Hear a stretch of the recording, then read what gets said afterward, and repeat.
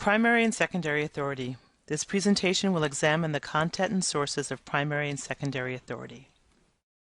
In legal research and writing, it is important to understand the similarities and differences between the two basic categories of legal authority: primary authority and secondary authority. Legal researchers find the law they need in a variety of places. The research process will become more manageable if you first understand the various legal sources and how they function together. What is primary authority? It is the law. Primary authority refers to those legal sources that are the law itself.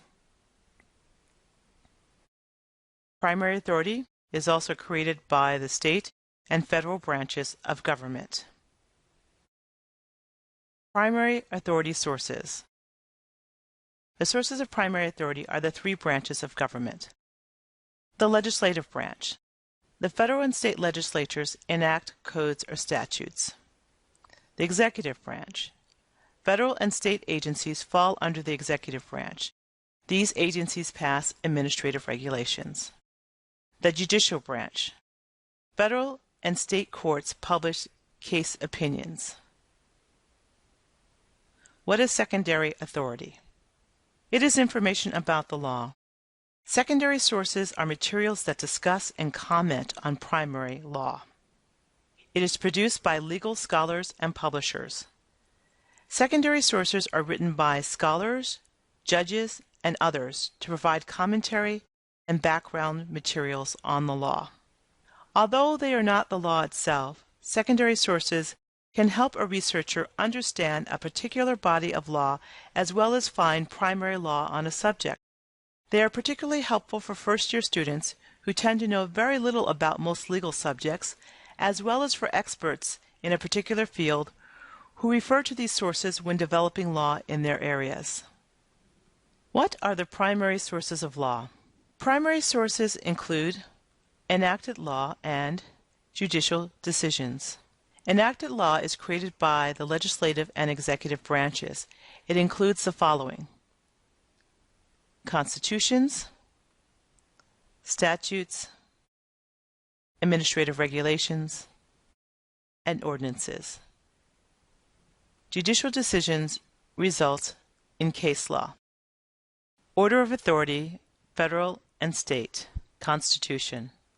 Constitutions are the highest primary authority. The United States Constitution creates the broad governmental framework, describes governmental powers and restraints, defines political relationships, and enumerates individual rights and liberties.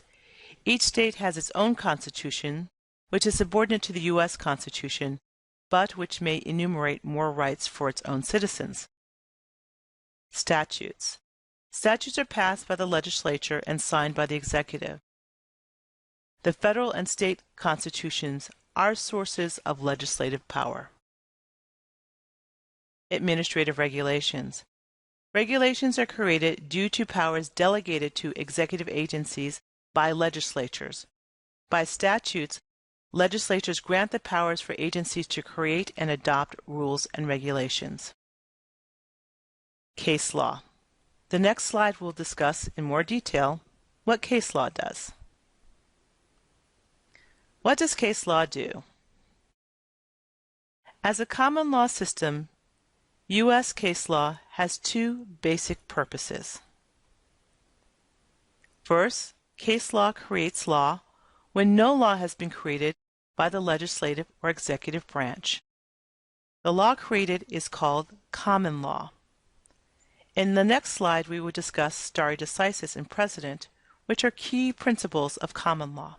Second, case law interprets and applies enacted law, such as statutes and constitutions.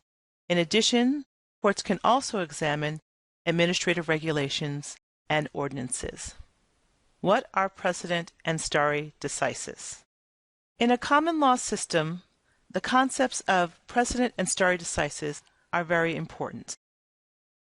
Precedent is an earlier case in which a court applied the same or similar rule to decide a similar issue. Courts will examine precedent to determine if there is common law that applies to a particular situation. The process of using precedent is called stare decisis. Courts decide cases by applying precedent. In general, courts avoid overruling their prior decisions for stability of law unless there is a compelling reason to do otherwise. Following precedent also fosters predictability within the legal system. What is the difference between mandatory and persuasive authority? It is important to know the difference between mandatory and persuasive authority to determine which authority a court must follow and which authority a court may adopt.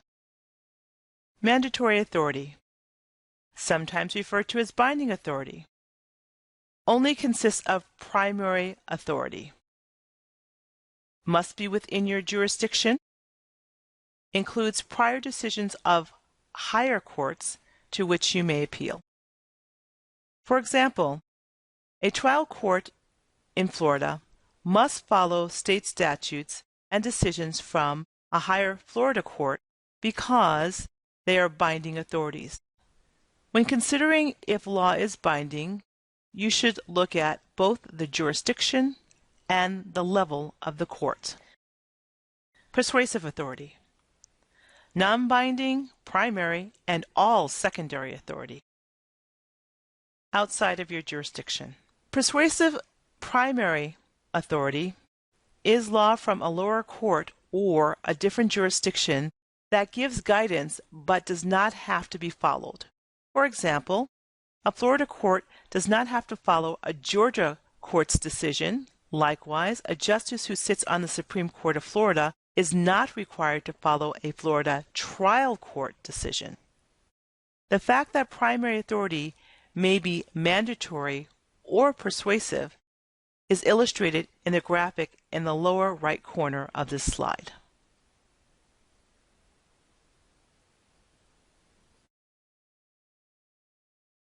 How do you determine the relevance of a particular case? When researching law, it is important to determine the relevance of the case that you find to resolve a legal issue. Applying stare decisis, there are a number of factors that will determine the relevance of a case. First, the jurisdiction of the court that decided the case. For example, if you have a trial in Florida, it would be important to note that a case came from the Supreme Court of Florida and would be binding. On the other hand, if the case came from the Supreme Court of Illinois, it would only be persuasive authority for a trial court in Florida. The level of the court. A final appellate court decision, such as a Supreme Court decision, will have more importance than an intermediate appellate court decision, such as a decision of the Florida District Court of Appeal. Similarly, an intermediate appellate decision will have more weight than a trial court decision in terms of precedential value. In addition, the similarity of the facts will determine the case's relevance. If a court has already rendered a decision on a particular set of facts, that case will be relevant if the legal issues are similar. Thus, the similarity of the legal issue is also important. If a case has similar facts and issues to the matter being researched, then the case is on point. Keep in mind that a case may have the same legal issue but different facts. The court will apply the principles according to the legal question, but may adjust the reasoning to address the legal effect of different facts. The date of the decision is also important. That is the date of the case or the age. An older decision may be overruled or modified by a newer decision. In addition, older decisions may not reflect other changes in law and societal norms. This is the end of this presentation.